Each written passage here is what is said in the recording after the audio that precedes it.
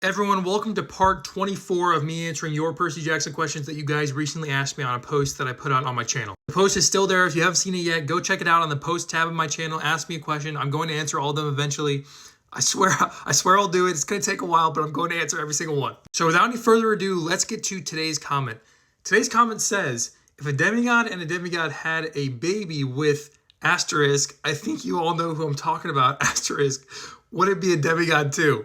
I'm going to be honest, I don't really know what this person means in the asterisks. I think it means something kind of inappropriate, but I'm not sure. Like, as in the way that babies are made, that thing. I think that's what this person's talking about. So yeah, let's assume that two demigods do that. I'm actually kind of excited to talk about this because this is something that never really gets brought up. Like, we know that demigods don't usually make it into their adult years because they're killed by monsters. But then in the Heroes of Olympus series, we learn that tons of demigods and like grandkids of demigods, great-grandkids of demigods, they all live in New Rome. Like, they actually have lives there, and they're old. Like, it's actually crazy. Octavian isn't even a demigod. He's like a fourth-generation child of Apollo. But I actually love this thought process. So let's use a couple demigods that we know and love, Percy and Annabeth.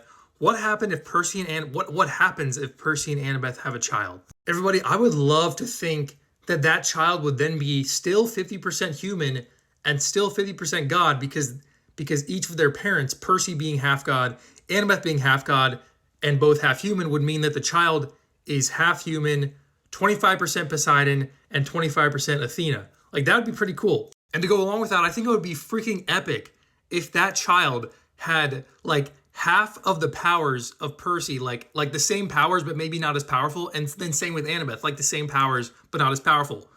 But so then that demigod would have both of those powers in their skill set. So then they'd be still almost as powerful as a demigod. Like, that would only make sense, right? Am I crazy? I don't think I'm crazy. That would make sense. Although here's the thing. I feel like the powers might get diluted or something in the world, like in the world rules, in the rules of the Percy Jackson universe. Why is that word so hard to say? Rules? In the rules of the Percy Jackson universe, I feel like their powers might get diluted. So then the child of Percy and Annabeth wouldn't even really have any powers. But like, they should have powers. Like, wouldn't that be so epic? If there was a child that was like a mixed blood, like not a half blood, like a mixed blood. Oh my gosh, I love thinking about this. This is a great question. But yeah, let me know what you thought about that comment in the comment section. I think I answered it pretty well. Like I said, I love talking about this, so I'd love to discuss it with you guys in the comments. And of course, I'll see you tomorrow for part 25 of answering your Percy Jackson questions.